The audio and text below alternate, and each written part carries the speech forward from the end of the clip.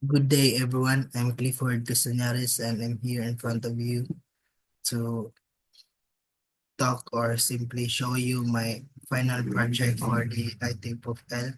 And this is a simple application that was created using Django framework, and it is called Food Blog. So, as per instruction by our instructor, that we need to develop a Django application that need na ma-implement ang CRUD operation. So, simply the create, read, update, and delete. So now I'll be demonstrating on how to do those, to implement those CRUD operation using the simple app of ours, the food blog. So if you first kay ang create, so we just have to click this add button here in order to kanang para mag-create og bagong recipe. So i-click nimo, then kanang mag-click pug kag so ka required pug ka mo upload og picture diri, then imo na i-click dira, magawas na makapili ra kag pictures diri. Then let's kanila ato example. So makita na diri, then ang recipes name kay lumpia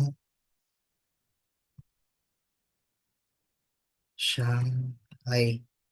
Pag Shanghai din, you need also to add some description on the recipe that you've created. So, mo ni siya. This is the most common type usually filled with yarn. Pag mao mo gani siya pinaka-common nga recipe once na birthday or kasal sa. So, you just have to click next. Then, dire kay, ang next dire kay ang mga ingredients. So, ang pinaunhan dyan na kay, kuhan na siya ang ginaling nga baboy. So, yung pork. Tama to dira mga 2 kilos. Then next kay like carrots.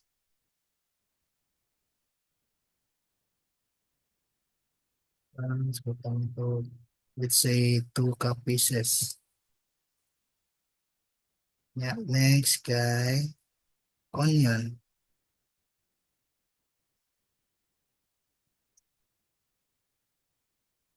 Onion niya.